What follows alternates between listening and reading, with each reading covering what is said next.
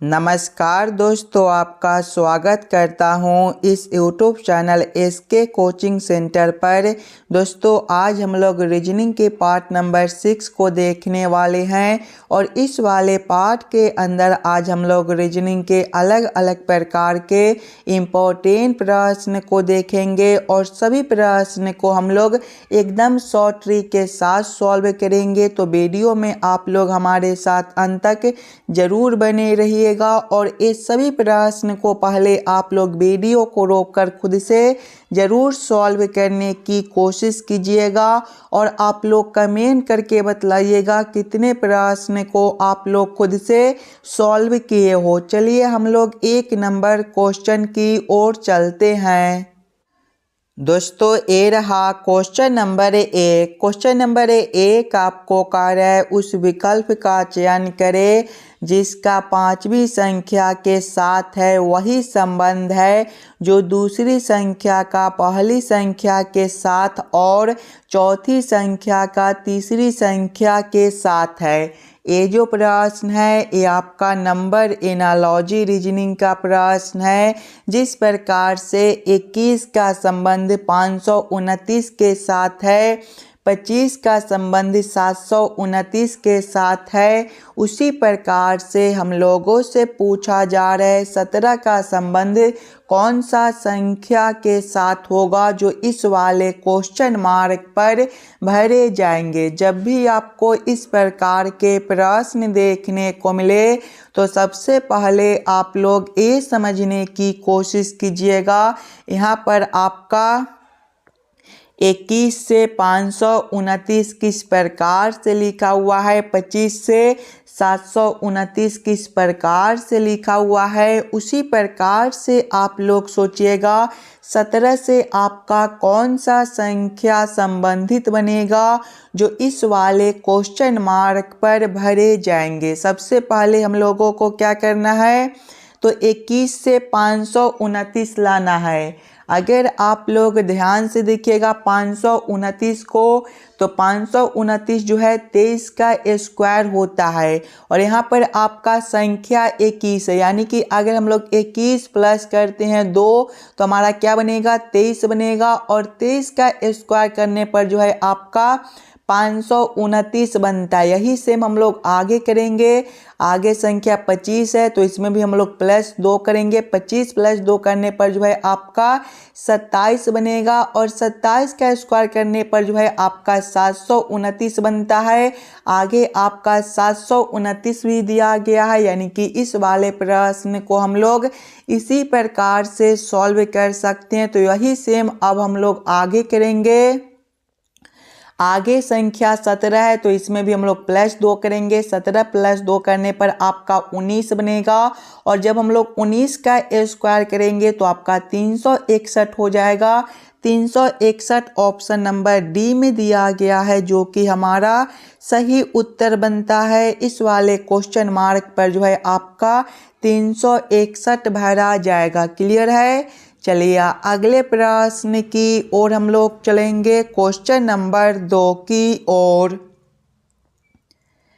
ये रहा question number 2। Question number 2 आपको कह रहा है उस शब्द युग्म का चयन कीजिए जिसके शब्दों के मध्य वही संबंध है जो दिए गए मूल शब्द युग्म के शब्दों के मध्य है। ये भी प्रश्न आपका एनालॉजी का ही प्रश्न है। प्रश्न आपको कह रहा है जिस प्रकार से ऑस्ट्रेलिया का संबंध यूरोप के साथ है, इसी प्रकार के संबंधित कौन सा ऑप्शन दिया गया है। सबसे पहले आप लोग ये समझने की कोशिश कीजिएगा ऑस्ट्रेलिया से आपका यूरोप किस प्रकार से संबंधित दिया गया है। अगर आप लोग ध्यान से देखिएगा तो ऑस्ट्रेलिया जो है यूरोप महाद्वीप के अंदर आता है, तो ऑस्ट्रेलिया से यूरोप लिखा हुआ है। इसी प्रकार के संबंधित ऑप्शन को देखेंगे तो ऑप्शन नंबर सी में देखिएगा न्यूजीलैंड जो है आपका ओशियानिया महाद्वीप के अंदर आता है, यानी कि इस वाले क्वेश्चन का जो सही उत्तर है ऑप्शन सी बनेगा, न्यूजीलैंड से ओशियानिया। चलिए अगले प्रश्न की ओर हम लोग चलेंगे, क्वेश्चन नंबर 3 की ओर। ये रहा क्वेश्चन नंबर 3। क्वेश्चन नंबर 3 आपको कह रहा है दिए गए विकल्पों में से उस संख्या का चयन कीजिए जो निम्नलिखित श्रेणी में प्रश्नवाचक चिन्ह के स्थान पर आ सकती है। यहाँ पर एक श्रृंखला श्रेणी दिया गया है और यहाँ पर एक क्वेश्चन मार्क है। इस वाले क्वेश्चन मार्क पर कौन सा संख्या भरा जाएगा ये हम लोगों से पूछ रहे हैं। सबसे पहले आप लोग श्रृंखला सीरीज को ध्यान से देखिएगा और समझने की कोशिश कीजिएगा। श्रृंखला सीरीज को देखिएगा तो पहले जो है आपका 53 दिया गया है, 53 के आगे जो है आपका 61 दिया गया है, 61 के आगे 88 दिया गया है, 88 के आगे जो है आपका 152 दिया गया है, इसके आगे आपका 277 है और इसके आगे आपका क्वेश्चन मार्क है। अगर आप लोग ध्यान से देखिएगा श्रृंखला सीरीज को तो पहले 53 से आपका 61 है, यहाँ पर आपका +8 का अंतर बनता है। 61 से आपका 88 है, यहाँ पर +27 का अंतर बनता है। 88 से आपका 152 है, यहाँ पर आपका +64 का अंतर बनता है। 152 से आपका 277 है, यहाँ पर आपका +125 का अंतर बनता है और आगे आपका क्वेश्चन मार्क है। अगर आप लोग ध्यान से देखिएगा अंतर को तो 8 का है, 27 का है, 64 का है, 125 का है। दोस्तों ये सभी संख्या जो है किसी न किसी संख्या का क्यू दिया गया है। जैसे कि 8 जो है ये आपका 2 का क्यू होता है, 27 ये आपका 3 का क्यू होता है, 64 ये आपका 4 का क्यू होता है, 125 ये आपका 5 का क्यू होता है और आगे आपका क्वेश्चन मार्क है। देखिए 2 का क्यू, 3 का क्यू, 4 का क्यू, 5 का क्यू, यानी कि अगला जो है आपका 6 का क्यू बनेगा। 6 का क्यू कितना होता है तो 216 होता है, यानी कि अगला अंतर आपका जो है +216 का बनेगा। जब हम लोग 277 प्लस करेंगे 216 तो आपका कितना बनेगा 277 + 216 जो है ये आपका 496 बनेगा। 496 आपका कौन सा ऑप्शन में दिया गया है, देखिए ये आपका 493 बनेगा। 496 नहीं, ये जो है आपका 493 बनेगा। 493 ऑप्शन नंबर बी में दिया गया है जो कि हमारा सही उत्तर हो जाएगा। इस वाले क्वेश्चन मार्क पर जो है आपका 493 भरा जाएगा। क्लियर है। चलिए अगले प्रश्न की ओर हम लोग चलेंगे, क्वेश्चन नंबर 4 की ओर। ये रहा क्वेश्चन नंबर 4। क्वेश्चन नंबर 4 आपको कह रहा है निम्नलिखित में से कौन सी संख्या दी गई श्रृंखला में प्रश्नवाचक चिन्ह का स्थान लेगा। यहाँ पर एक अक्षर श्रृंखला दिया गया है और यहाँ पर एक क्वेश्चन मार्क है। इस वाले क्वेश्चन मार्क पर कौन सा अक्षर भरा जाएगा ये हम लोगों से पूछ रहे हैं। सबसे पहले आप लोग वीडियो को रोककर इस वाले प्रश्न को खुद से ज़रूर सॉल्व करने की कोशिश कीजिएगा। सबसे पहले आप लोग अक्षर श्रृंखला को ध्यान से देखिएगा और समझने की कोशिश कीजिएगा। अक्षर श्रृंखला को देखिएगा तो पहले क्या दिया गया है, सबसे पहले जो है आपका ALW दिया गया है। इसके आगे देखिए आपका GEY दिया गया है। इसके आगे देखिएगा तो आपका MXA दिया गया है। MXA के आगे अगर आप लोग देखिएगा तो आपका SQC दिया गया है। इसके आगे देखिए आपका YJE दिया गया है और इसके आगे आपका क्वेश्चन मार्क है। अगर आप लोग ध्यान से देखिएगा सिंगल अक्षर को तो ए से आपका जी है, यहाँ पर जो है आपका +6 कर दिया गया है। जी से आपका एम है, यहाँ पर भी आपका +6 है। एम से आपका एस है, यहाँ पर भी आपका +6 है। एस से आपका जो है वाई है, यहाँ पर भी आपका +6 है। तो आगे भी हम लोग क्या करेंगे +6 करेंगे। दोस्तों ABCD में टोटल आपके 26 अक्षर होते हैं। 26 के बाद जो है आपका फिर से ABCD आ जाता है, यानी कि हम लोग 26 के बाद क्या करेंगे फिर से 1 2 3 4 काउंटिंग करेंगे। यहाँ पर देखिए y जो है ABCD के क्रम में आपका 25वें नंबर पर होता है। 25 + 6 करने पर जो है आपका क्या बनेगा, तो ई बनेगा, यानी कि 5 बनेगा और 5वें नंबर पर आपका ई होता है। दूसरे वाले अक्षर से देखिएगा तो एल से आपका ई है। देखिए एल जो है ABCD के क्रम में 12वें नंबर पर होता है और ई आपका 5वें पर। यहाँ पर जो है आपका -7 कर दिया गया है।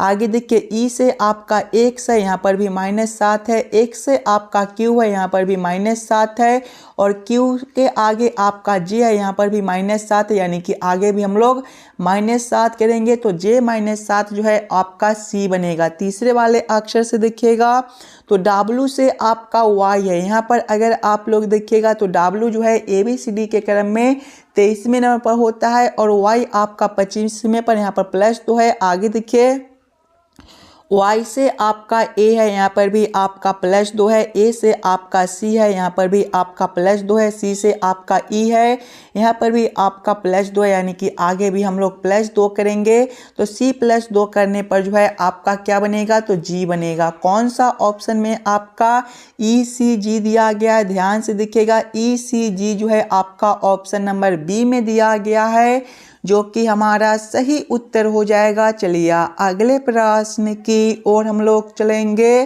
क्वेश्चन नंबर 5 की ओर। ये रहा क्वेश्चन नंबर 5। क्वेश्चन नंबर 5 आपको कार्य 4 शब्द दिए गए हैं, जिनमें से 3 किसी न किसी तरह समान है और एक असामान्य है।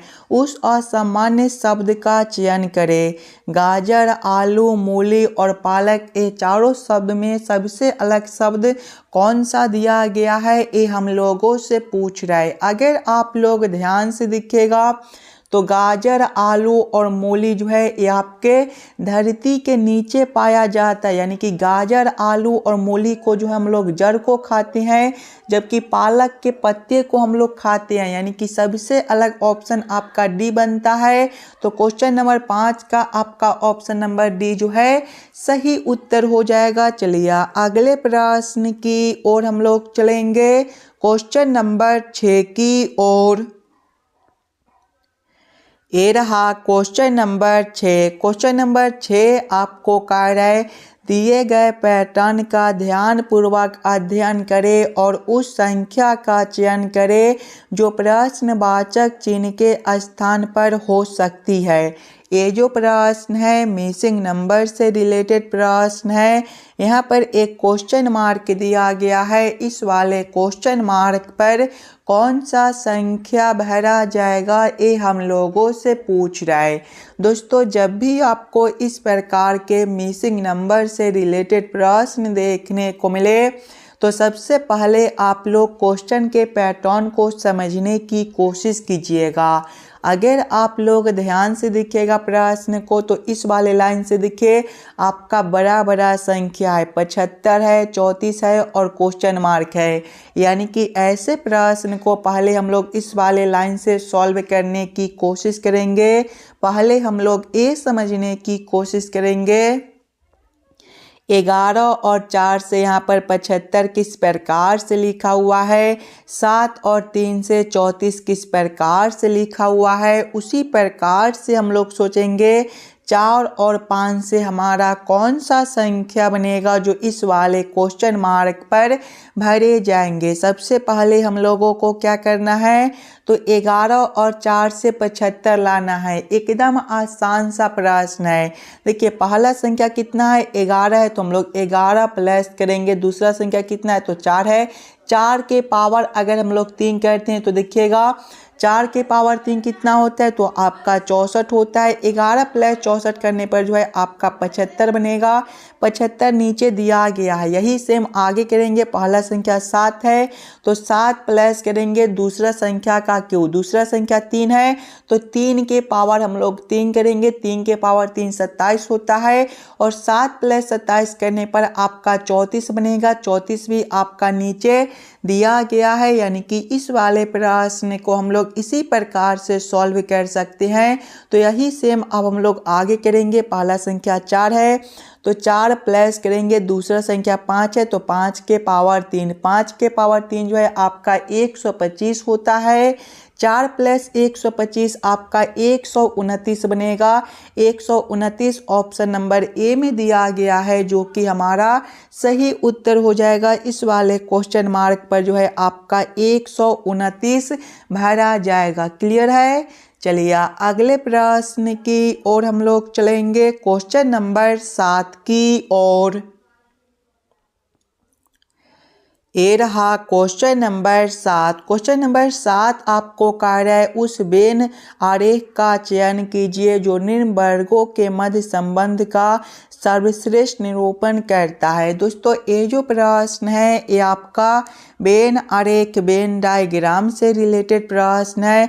स्तनधारी पशु और जिराफ, ये सभी शब्दों का किस प्रकार से वेन आरेख, वेन डायग्राम बनेगा, ये हम लोगों से पूछ रहे हैं। सबसे पहले आप लोग वीडियो को रोक लीजिएगा और ये समझने की कोशिश कीजिएगा ये सभी शब्दों में कौन शब्द किसके साथ संबंधित है, किसके अंदर हम लोग किसको रख सकते हैं। अगर आप लोग ध्यान से देखिएगा तो पशु के अंदर जो है आपके स्तनधारी हो जाएंगे, यानी कि सबसे पहले हम लोग पशु के लिए एक आरेख बना लेंगे और पशु के अंदर कौन आ जाएगा तो स्तनधारी आ जाएगा। और दोस्तों स्तनधारी के अंदर आपका जिराफ हो जाएगा। जिराफ भी आपका स्तनधारी पशु है, यानी कि जिराफ स्तनधारी के अंदर हम लोग किसको रखेंगे तो जिराफ को रखेंगे। इसका वेन आरेख, वेन डायग्राम कुछ इस प्रकार से बनेगा। इस प्रकार का वेन आरेख, Venn diagram option number B में दिया गया है, जो कि हमारा सही उत्तर हो जाएगा। चलिए अगले प्रश्न की ओर हम लोग चलेंगे, क्वेश्चन नंबर 8 की ओर। ये रहा क्वेश्चन नंबर 8। क्वेश्चन नंबर 8 आपको कह रहा है निम्नलिखित समीकरण को संतुलित करने के लिए किन दो संख्याओं को आपस में बदलना होगा।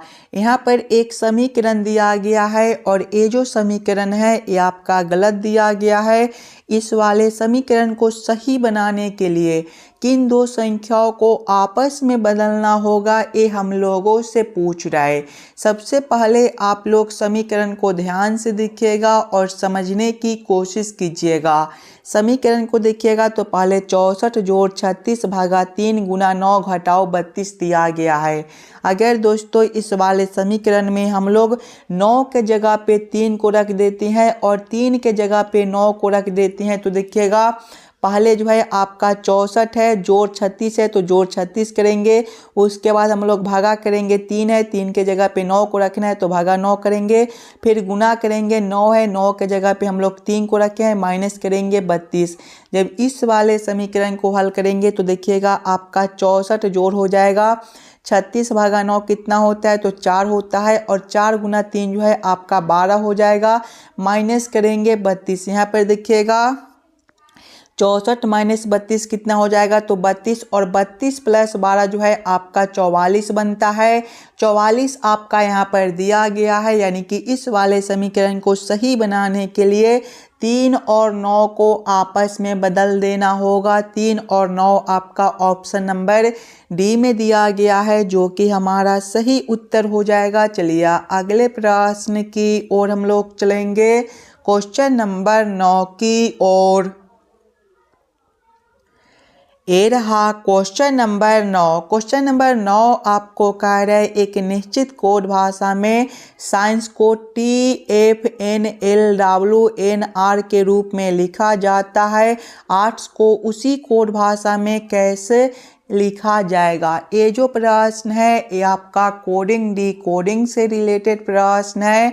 और जब भी आपको इस प्रकार के प्रश्न देखने को मिले तो पहले आप लोग ये समझने की कोशिश कीजिएगा साइंस से आपका ये कोड किस प्रकार से लिखा हुआ है, उसी प्रकार से आप लोग सोचिएगा आर्ट्स से आपका क्या कोड बनेगा। अगर आप लोग ध्यान से देखिएगा साइंस को तो साइंस जो है आपका ACIENCE से मिलकर बनता है। और इसका कोड देखिएगा तो इसका कोड क्या दिया गया है आपका TFNLWNR दिया गया है। अगर आप लोग ध्यान से देखिएगा सिंगल अक्षर को तो S से आपका T है +1 है, C से आपका F है, यहाँ पर आपका +3 है। आगे देखिए I से आपका N है +5 है। आगे देखिएगा तो E से आपका L है +7 है। N के आगे आपका W है, यहाँ पर आपका +9 बनता है। C के आगे आपका N है, यहाँ पर +11 बनता है। आगे दिखेगा तो आपका E से R है, यहाँ पर आपका +13, यानी कि पहले वाले अक्षर में +1, दूसरे वाले में +3, तीसरे वाले में +5, 7, 9, 11, 13 कुछ इस प्रकार से करता है। यही सेम अब हम लोग आर्ट्स के साथ करेंगे। आर्ट्स जो है आपका ARTS से मिलकर बनता है। यहाँ पर देखिए पहला अक्षर A है तो पहले वाले में +1 करना है। A+1 करने पर जो है आपका B बनेगा। दूसरे वाले में +3 करना है। जब हम लोग R+3 करेंगे तो आपका जो है U बनेगा। तीसरे वाले में +5 करना है। T+5 करने पर आपका Y बनेगा। और चौथे वाले में +7 करना है। S+7 करने पर जो है आपका Z बनेगा। कौन सा ऑप्शन में BUYZ दिया गया है तो BUYZ ऑप्शन नंबर A में दिया गया है, जो कि हमारा सही उत्तर बनता है। चलिए अगले प्रश्न की ओर हम लोग चलेंगे, क्वेश्चन नंबर 10 की ओर। ये रहा क्वेश्चन नंबर 10। क्वेश्चन नंबर 10 आपको कह रहा है दी गई आकृति में कितने त्रिभुज है। इस वाले आकृति के अंदर टोटल कितना ट्रायंगल त्रिभुज बनता है ये हम लोगों से पूछ रहा है। पहले आप लोग वीडियो को रोककर खुद से ज़रूर काउंटिंग करने की कोशिश कीजिएगा। ध्यान से देखिएगा तो पहला त्रिभुज A बनेगा, दूसरा आपका A बनेगा, तीसरा A बनेगा और चौथा जो है आपका यहाँ से लेकर यहाँ तक एक बनता है, आपका चौथा हो जाएगा। उसी प्रकार से पांचवा आपका ए वाला हो जाएगा और छठा आपका ए वाला बनता है। सातवें को देखिएगा तो सातवां त्रिभुज जो है आपका यहाँ से लेकर यहाँ तक एक बनता है और एक आपका यहाँ से लेकर यहाँ तक भी त्रिभुज बनता है। ये जो है आपका आठवां हो जाएगा। यानी कि इस वाले आकृति के अंदर टोटल 8 ट्रायंगल त्रिभुज बनते हैं। 8 ऑप्शन नंबर ए में दिया गया है, जो कि हमारा सही उत्तर हो जाएगा। आशा करता हूं दोस्तों आप लोग सभी प्रश्न को बढ़िया से समझ गए होंगे। अगर आपको किसी भी प्रश्न में कहीं पर भी कोई दिक्कत हो तो हमें ज़रूर कमेंट करके बतलाइएगा। चलिए हम लोग मिलते हैं आपसे अगले वीडियो में।